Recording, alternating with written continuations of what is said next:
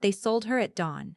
Not in a crowded marketplace with shouting merchants and clinking coin, but quietly, through parchment seals and whispered negotiations inside the marble halls of the crown citadel. Her name was Elwyn Vale. By sunrise, she no longer belonged to herself. She belonged to the Dragon Court. The carriage ride was silent except for the grinding of wheels against stone. Elwyn sat with her hands folded tightly in her lap, fingers trembling no matter how fiercely she willed them still. The thin servant's cloak draped over her shoulders smelled of someone else's fear. Old soap, sweat, resignation. Across from her, the court steward refused to meet her eyes, a man who had signed her away, a man who had traded her life for a pouch of gold. "You should be grateful," he muttered at last. "Most debt girls are sent to the mines." Elwyn swallowed hard. Her father's debts had been endless, gambling losses, failed harvests, a sickness that drained what little they had left.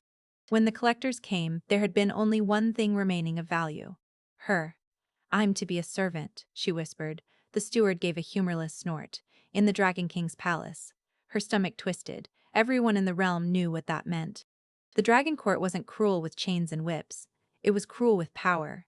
Girls disappeared into its halls all the time, swallowed by noble whims, political games, and quiet scandals. No one dared speak aloud. And above it all ruled King Kelric Varen, the Dragon King. Fully human, yet named for how he conquered. Strategic, merciless, untouchable. He had ended 3 wars before his 25th year. They said he never raised his voice. They said when he looked at you, you felt your fate rearrange itself. Elwyn had never seen him. But she was about to enter his world. The palace gates rose like black cliffs veined with gold.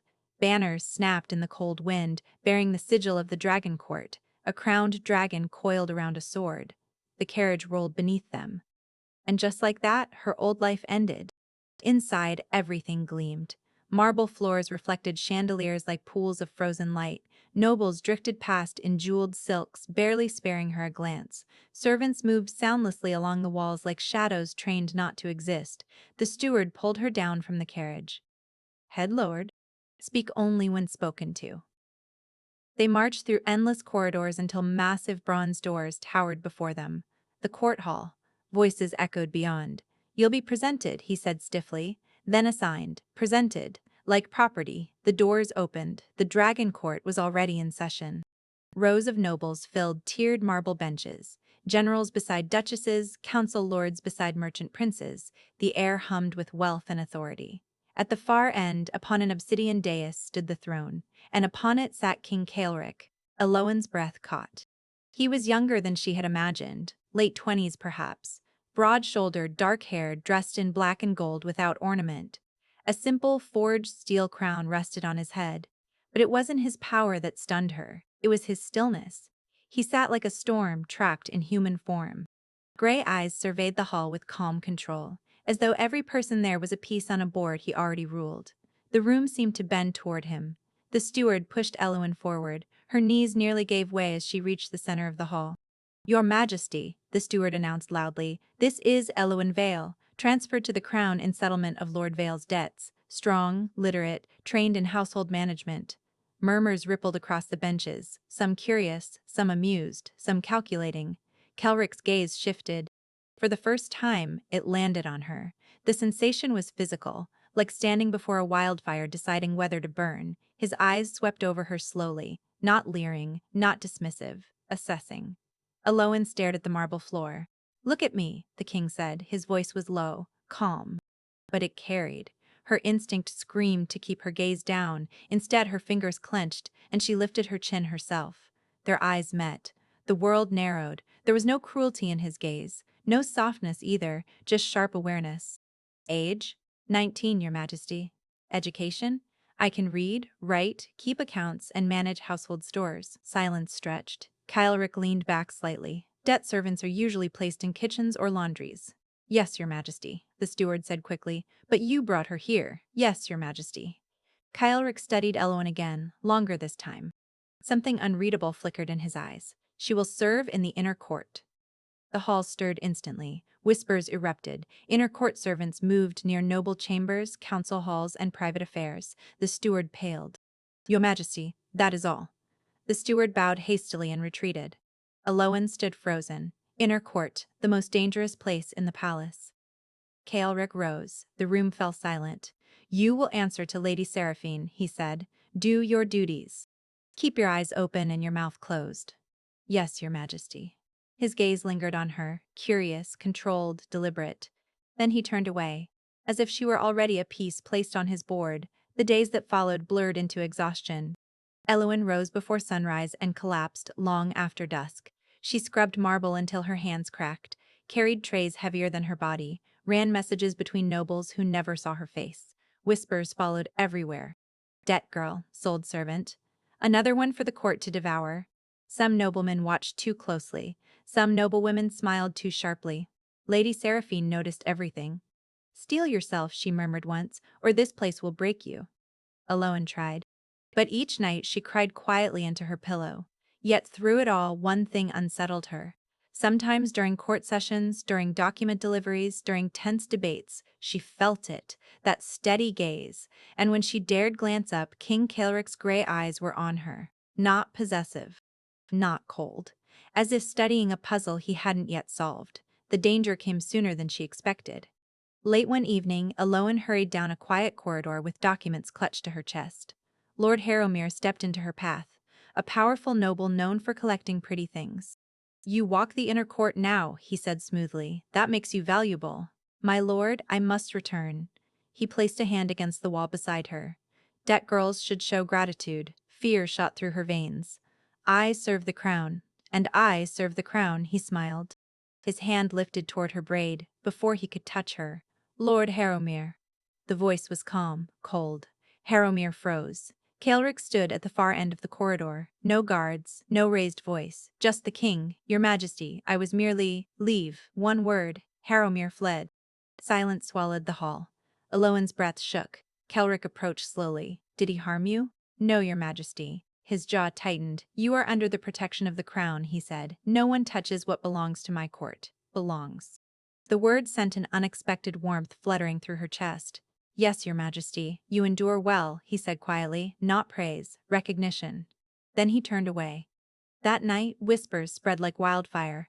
The Dragon King had intervened for a servant. Eowyn felt the shift instantly. She was no longer invisible. And in the Dragon Court, being seen was the most dangerous thing of all. As she lay awake, heart racing, one question burned brighter than fear. Why had the king noticed her, and what would that attention cost? Far above, in the tower chambers, Kaelric stood at his window overlooking the moonlit city. For the first time in years, something unsettled stirred in his chest. The debt girl wasn't just surviving, she was changing the rhythm of his court. And he had the uneasy sense that the realm itself had just begun to shift. Weeks passed beneath rising tension. Chapter 2. The weight of being seen protection changed everything. It wasn't written into law, no decree was announced, but after Lord Harrowmere fled the corridor in shame, the Dragon Court adjusted around Eowyn like a tightening snare. Where once she had slipped unseen along the walls, now every movement drew eyes. Nobles lingered longer when she passed. Whispers followed softer and sharper. Some smiles were too polite, some gazes openly resentful, and above it all, always at the edges of her awareness, was the king. Kaelric rarely stared. He didn't need to. A brief glance across the hall, a subtle pause when she entered with documents, but she felt it, the quiet certainty that he knew where she was. It both steadied her and terrified her. Lady Seraphine noticed immediately. They've started measuring you, she murmured one morning while assigning duties. That means you matter. I don't want to matter, Eowyn whispered. No one who survives power ever does, Seraphine replied. Her responsibilities shifted. No longer only scrubbing and carrying trays, Eowyn now delivered sealed letters between council members, stood behind noble chairs during private meetings, and moved through political spaces servants rarely entered.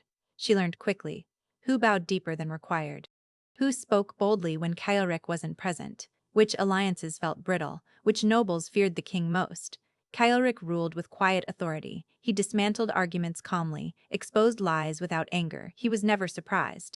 Yet sometimes, when Eowyn stepped forward with documents, his gaze found her first. Just a heartbeat, as if confirming she was still there, still standing. Rumors twisted around that simple attention. Some servants whispered the palace had been built atop old magic older than kings, power that answered only truth. They say she's his favorite. He saved her personally. She thinks herself important now, a debt girl playing court games. Aloan tried not to listen. But the court made sure she heard. The first public test came during a heated council session. Nobles argued over border unrest, voices rising. Aloan stood near the wall holding sealed reports, trying to breathe evenly. A duke slammed his hand against the marble table. The Eastern lords test us because you hesitate, your majesty. Kelric didn't raise his voice. They test us because they misunderstand strength. Silence fell. Our forces reposition at dawn. The rebellion will collapse within a week. Reluctant murmurs followed. As the meeting ended, Aloan stepped forward. Her hands trembled. A scroll slipped. It rolled loudly across the marble floor. Gasps erupted. Dropping royal documents during council was unforgivable. Heat flooded her face. She knelt quickly. "I'm sorry," a noble scoffed. Inner court servants grow careless when they believe themselves important. Another whispered loudly, "The king's pet grows clumsy." Shame burned her cheeks. Kaelric rose. The room froze. He walked toward her slowly. Each step echoed like judgment. He bent, picked up the scroll, and placed it gently in her hands. Their fingers brushed. "Electric." "Everyone drops something eventually," he said calmly, his gaze lifted to the nobles. "Only fools believe it reflects worth." No one spoke. Eloan's breath shook. He hadn't punished. He hadn't scolded. He had shielded her, publicly. When he turned away, the tension cracked like glass. Nothing in the court was the same after. That evening, Lady Seraphine summoned her to a quiet terrace overlooking the city. "The king doesn't act without purpose," she said softly. "I don't understand why he protects me," Aloan whispered. "Neither does the court," Seraphine replied. "Which makes you dangerous. I have no power." Seraphine met her eyes. "Power doesn't begin in the hands, it begins in perception." Wind swept across the terrace. "They will test you," Seraphine continued. "Some will try to use you, others will try to break you. And the king? He is the most dangerous force of all." The next test arrived during a grand court gathering. Music drifted through the ballroom. Candlelight glowed on silk gowns and jeweled cloaks. Aloan moved carefully among the guests with trays of wine. A nobleman leaned too close. "You must be special," he whispered. She stepped away. A noblewoman blocked her path. "You walk boldly for a servant. I walk where I'm assigned." The woman smiled thinly. Across the room, Eloan felt it. Kaelric stood speaking quietly to a general, but his eyes were on her. Watching, the woman noticed. Her smile sharpened. "So the rumors are true." Before Eloan could respond, wine splashed down the noblewoman's sleeve. Gasps sounded. "How clumsy," the woman said loudly. Conversation halted, eyes turned. Kelric's head lifted instantly. The noblewoman raised her voice. "Inner court servants disgrace this palace." Aloan's throat tightened. "I didn't. Enough." Calric's voice cut through the hall. Music stopped. Silence fell. He approached slowly. "Leave us." The woman hesitated. Calric met her gaze. She fled. He turned to Aloan. "Are you hurt?" "No, your majesty. You did not spill that wine. No." "I know." The certainty stunned her. "This court confuses humiliation with power," he said calmly. "It will learn the difference." Then quietly, "Return to your duties." Her legs shook as she walked away.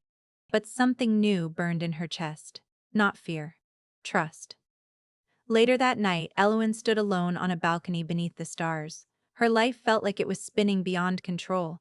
Sometimes she wondered if her father slept peacefully or if guilt haunted him as fiercely as fear once had her. Footsteps approached softly. Kaelric stood behind her. "You shouldn't stand alone. I needed air." Silence settled between them, heavy, intimate. "I did not intend to draw danger to you," he said quietly. "Then why do you?" she whispered. He hesitated. "Because I recognize strength when I see it. I've done nothing strong." "You endure," he said simply. The words struck deeper than praise. "You are not weak, Eloan Vale." Hearing her full name from him sent a shiver through her. "This court will try to make you feel small," he continued. "I won't allow it." She turned to face him. "Are you protecting me or claiming me?" The question slipped out before fear could stop it. His eyes darkened. "I am protecting you," he said firmly. "Because you deserve safety. And if the court sees it as something else, then the court will learn differently." Their gazes locked. For a breathless moment, the space between them felt charged, dangerous, unspoken. Then he stepped back. "Be cautious," he said quietly. Attention grows into threat, and left her trembling. From that night on, alliances shifted. Some nobles bowed deeper, others plotted harder, whispers sharpened into strategy. Aloan was no longer merely noticed. She was a factor, a vulnerability, a symbol. And far beneath the palace's polished marble, darker forces were beginning to move. Because courts tolerated many things, but they did not tolerate favored servants, and they never forgave kings who chose with their hearts. The Dragon Court had begun to sharpen its teeth. Chapter 3. The Court Sharpens Its Teeth. Danger in the Dragon Court never arrived with raised swords. It came with smiles, with favors, with carefully chosen kindness meant to disguise the blade. After the incidents in the council chamber and the ballroom, Elowen felt the shift clearly, like the tightening of a snare around her life. Doors closed just a breath slower when she approached. Servants whispered when they thought she couldn't hear. Nobles who once ignored her now studied her like a piece on a board that had suddenly become important. The court had decided she was no longer invisible. She was leverage. Lady Seraphine grew sharper, more watchful. "Trust nothing that comes wrapped in sweetness," she murmured one morning. "Poison is rarely bitter in this place." Aloa nodded, unease curling in her stomach. She could feel it too. The tension, the anticipation, the court was preparing something. Duchess Moraine approached later that day, her smile warm as summer. "Sweet Aloan," she said gently, "you must be overwhelmed with all the king's demands on your time." "I serve where I am ordered," Aloan replied politely. "Of course you do." Moraine's fingers brushed her arm. "Would you be kind enough to deliver a letter to my cousin in the Treasury Wing? It concerns charitable donations for the border refugees."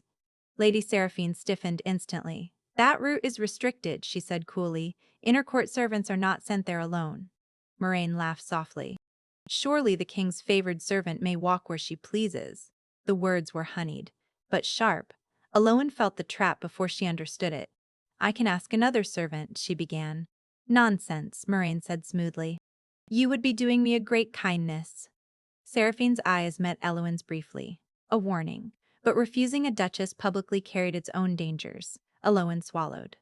"I will go," she said quietly. Moraine's smile deepened. Across the hall, Kaelric's gaze hardened almost imperceptibly. "Have discreet guards follow at a distance," he murmured to a nearby captain. "Do not reveal yourselves unless I give the signal." The treasury chambers lay far from the court's glittering halls. Stone corridors grew colder, dimmer. Guards stood at the entrance more than usual. "Proceed," one said after glancing at Moraine's seal.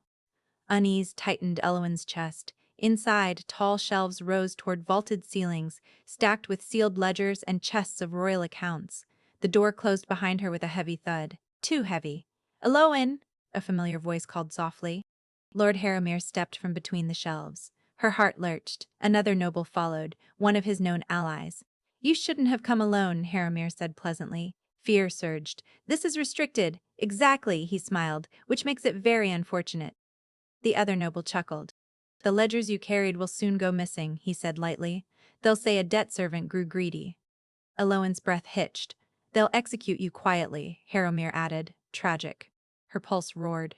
"You can't." "We can," Harrowmere replied softly. "Because the king won't protect a thief." They stepped closer. Aloan backed away until cold stone pressed against her spine. Panic clawed at her chest, but then something inside her steadied. Not calm, resolve. She lifted her chin. "You underestimate him," she said quietly. Harrowmere laughed. "And you overestimate yourself." She tightened her grip on the satchel of ledgers. She remembered Lady Seraphine once whispering that the treasury shelves were warded, that moved ledgers rang silent alarms meant to catch thieves, and deliberately flung it across the floor. Scrolls burst open. Pages scattered everywhere. "What are you doing?" the noble snapped. Aloan dropped to her knees quickly, hands flying across the floor. "Help me," she cried loudly. "Please, I was locked inside." Her voice echoed through the stone halls.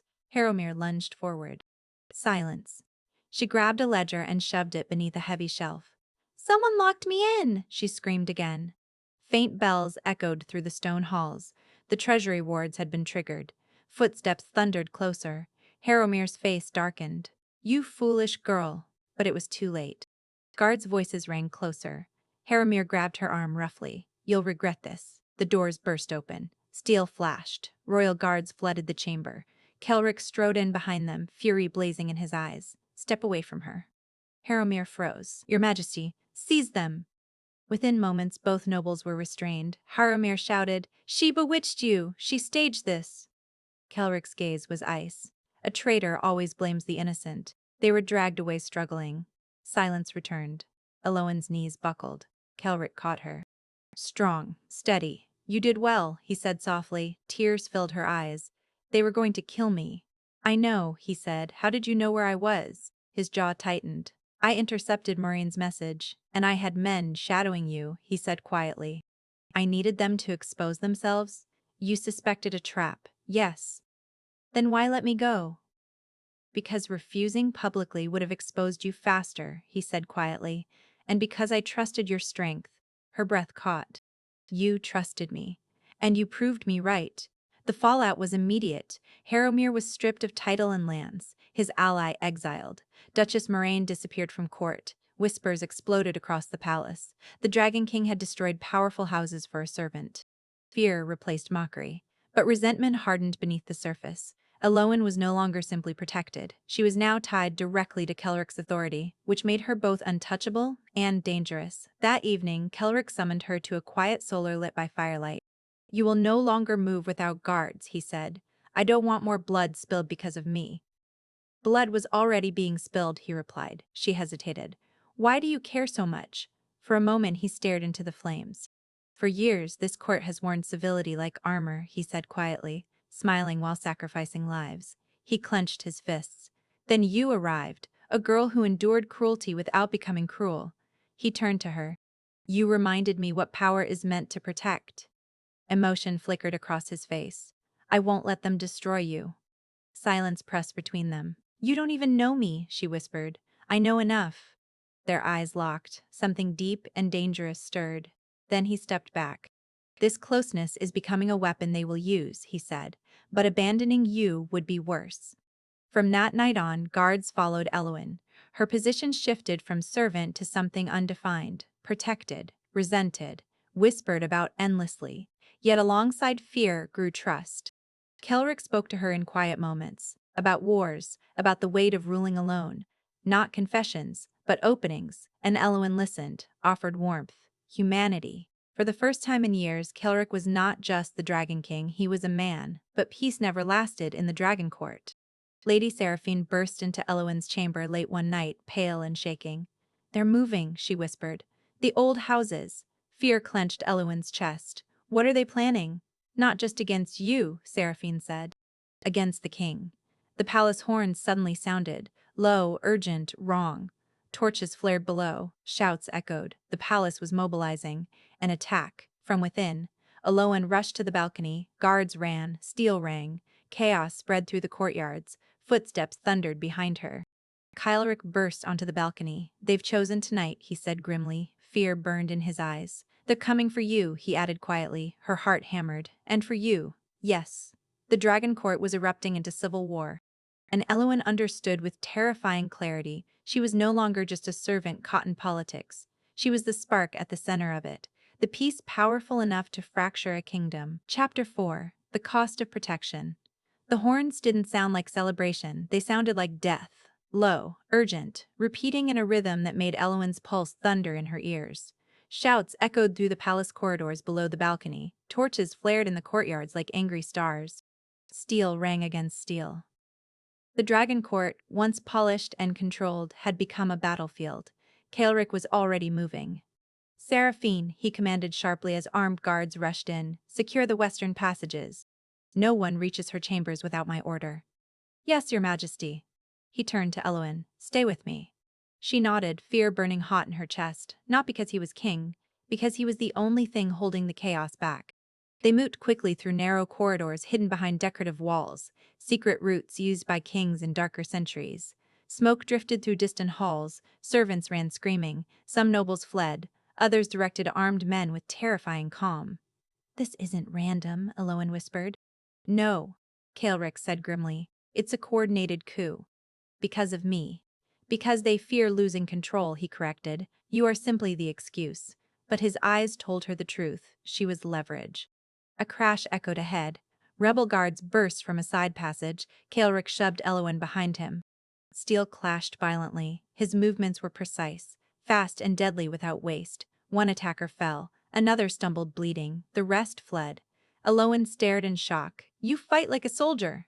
I learned young, he said shortly. Come.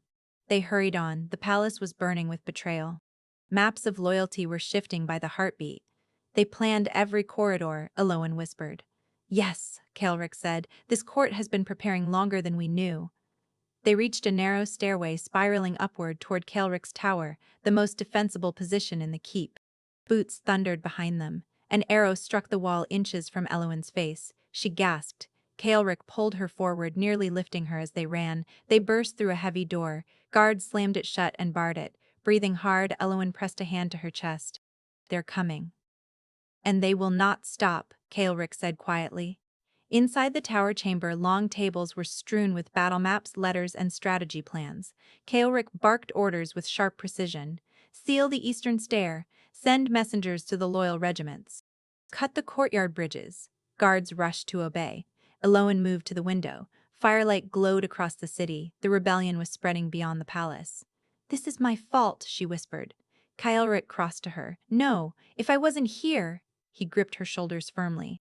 This court was already rotting, he said intensely. You didn't cause this. You exposed it. Tears blurred her vision. People are dying because traitors chose power over loyalty. His grip softened. Not because of you. A crash shook the tower door. They've reached the stair, a guard shouted. Kaelric turned sharply. They're faster than expected. He met Eloan's gaze. There's a hidden passage behind the west wall, he said quietly. It leads beyond the outer keep near the river cliffs. There's another king's exit beyond the armory. I'll take it once loyal men reach me. Her breath hitched. You're sending me away. I'm keeping you alive. What about you? I'll hold them here. Fear stabbed through her chest. You'll be surrounded. I've survived worse, but the set of his jaw said otherwise.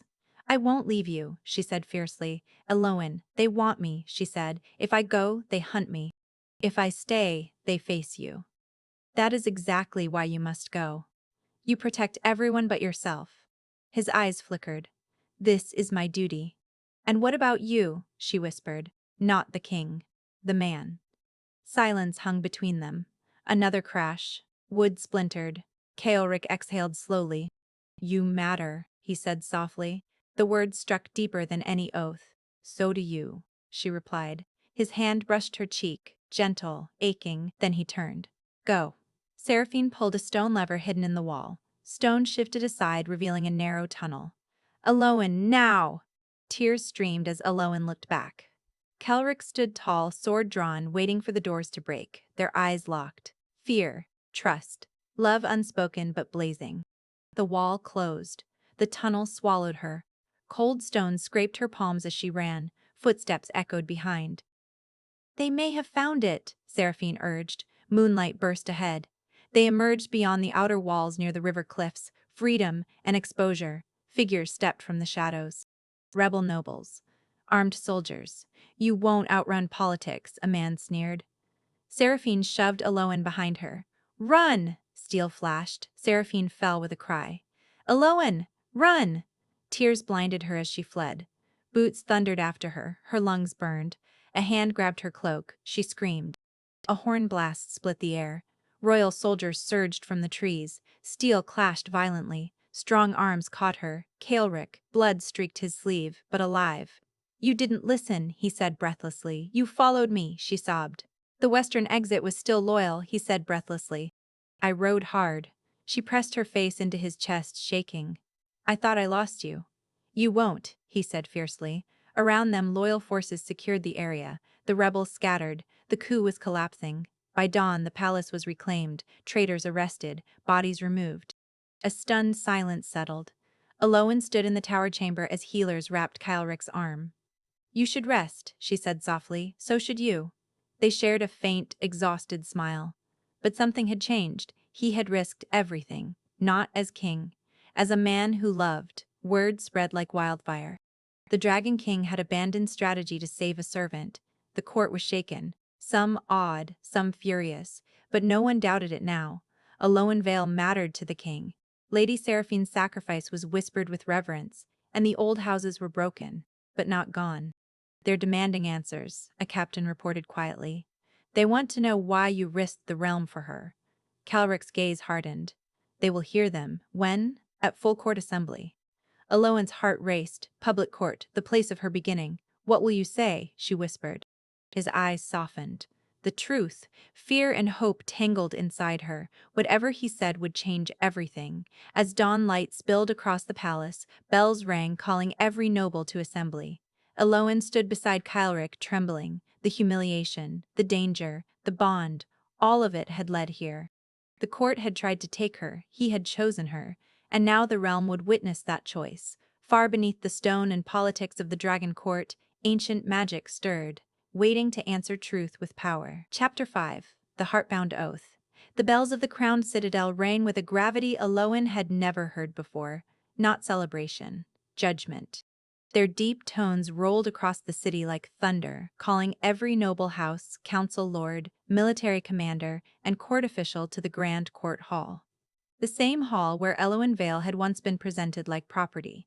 Now she walked toward it as the center of a kingdom's reckoning. The corridors felt endless. Servants lined the walls, whispering behind their hands. Guards stood at rigid attention. Nobles streamed forward in somber silence, jeweled gowns muted by tension instead of splendor. Kylric walked beside her. Not ahead, not behind, beside. The closeness sent ripples of shock through everyone who saw. His arm, freshly bandaged, rested near hers, not touching, but close enough that she felt his warmth. "You don't have to do this," she whispered. "Yes," he replied quietly. "I do. You'll make enemies. I already have them." She swallowed. "They will never accept me." "They don't need to," he said. "Only the realm does." The massive doors of the grand court hall opened. Every seat was filled. Hundreds of nobles turned as one. A storm of whispers erupted. Eloin Vale, the servant girl, the rebellion's spark, the one he bled for. At the far end of the hall stood the obsidian throne, but Kylric did not ascend it. He stopped in the center. With Eloin at his side, gasps rippled through the chamber. A duke rose sharply. "Your Majesty, what is the meaning of this display?" Kylric's voice carried calmly. "The meaning is truth." Silence spread like frost. "This court attempted treason last night." Murmurs surged. "Several noble houses orchestrated a coup," he continued. "They bribed guards, framed false crimes, and sought to seize leverage over the throne." Eyes darted, faces paled. "Some of you in this room planned it." Guards shifted subtly along the walls. "The traitors failed," Kylric said, "because loyalty still outweighs greed." A heavy weight settled over the hall. "But there is a question burning in every mind." His gaze swept the nobles. "Why I risked the realm for a servant." All eyes turned to Eloin. Her pulse thundered. She felt once again like the girl sold at dawn. Small, exposed, but Kylric's presence anchored her. "I will answer plainly," he said, "because she is not a servant to me." Shock rippled violently. "She is the bravest soul in this court." A lord scoffed. "Bravery does not make queens." Kylric's gaze sharpened. "No, but integrity builds kingdoms." Silence returned. "She endured cruelty without becoming cruel," he continued. "Danger without bitterness, power without seeking it." He turned to Eloin. Eloin Vale stood at the center of treachery and chose compassion over fear. Her breath shook. "She reminded me what rulership exists to protect." He faced the nobles again. "And in doing so, she became something far greater than a debt settlement." A council lord rose angrily. "Emotion cannot guide a throne." "Emotion does not weaken leadership," Kylric said calmly. "It anchors it," another noble shouted. "You would fracture alliances for a common girl?" Kylric's voice rang with steel. "I will fracture any alliance built on cruelty." The hall erupted, some furious, some uncertain, some awed. Eloin trembled. Kylric leaned slightly toward her. "This is where truth finishes what politics began." Then he turned to the court. "There exists an ancient rite older than this palace." A hush fell instantly. "The Heartbound Oath." Gasps exploded across the chamber. "You cannot be serious. It is legend. It rejects false bonds." Kylric nodded. "Exactly. The oath cannot be forced," he continued. "It binds only truth. If false, the magic shatters, forever." Kings avoided it. Failure was public, final. "I will not rule through convenience," Kylric declared. "I will rule through truth." He reached for Eloin's hand. Her breath caught. "You have suffered because of my court," he said quietly to her. "Before all of them, I give you the choice they never did." Tears welled in her eyes. "You owe me nothing." His thumb brushed her knuckles. but I offer you everything I am." The room held its breath. "Aloan Vale," he said steadily, "will you stand with me? Not as servant, not as pawn, but as my equal." Her heart pounded wildly. Memories flooded her. The sale, the humiliation, the fear, his protection, his trust, his willingness to bleed for her. She had never been chosen, only traded, only taken. Now she was being offered a life, a choice. "I am afraid," she whispered. "So am I," he replied softly. "But fear does not cancel truth." Silence stretched. "I choose you," Aloan said. Her voice trembled but did not break. "I choose you, not because you are king, but because you are the man who stood when everyone else bowed away." Emotion broke across Kelrick's face. Then he lifted their joined hands. "Then let the Heartbound Oath bear witness." The chamber darkened. Not with shadow, with something deeper, older. The air thickened, vibrating like a held breath. Ancient runes carved into the marble floor, long believed decorative, ignited with golden light. Gasps erupted. Magic flooded the hall. Warmth wrapped around their joined hands, not burning, but alive. Like a heartbeat. Aloan felt it surge through her chest. Fear melted into clarity, truth rising like dawn. Images burst behind her eyes. Kyle standing alone on blood-soaked fields. A crown heavy with sacrifice. Him watching her endure silently, choosing her again and again. She felt his emotions too. Loneliness, responsibility, hope awakening. The magic pulsed brighter. A golden thread formed between their hearts, visible, living light. The Heartbound Oath. Activated. Sealed. The hall erupted. Some nobles fell to their knees. Others stared in disbelief. A few recoiled in fear. The magic flared once more, then settled into a soft, steady glow binding them together. It had accepted them. The bond was real, unbreakable, true.